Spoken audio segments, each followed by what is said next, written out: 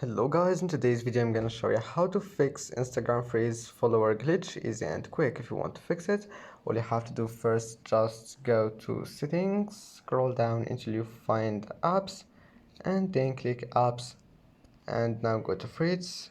Force stop it, go to storage, clear cache, go back, and then just try again and your problem must be fixed. But if that doesn't fix your problem, let's move to the next solution.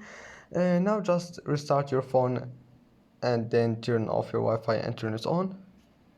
And if that also doesn't fix it, then you must try to uninstall this application and install it again.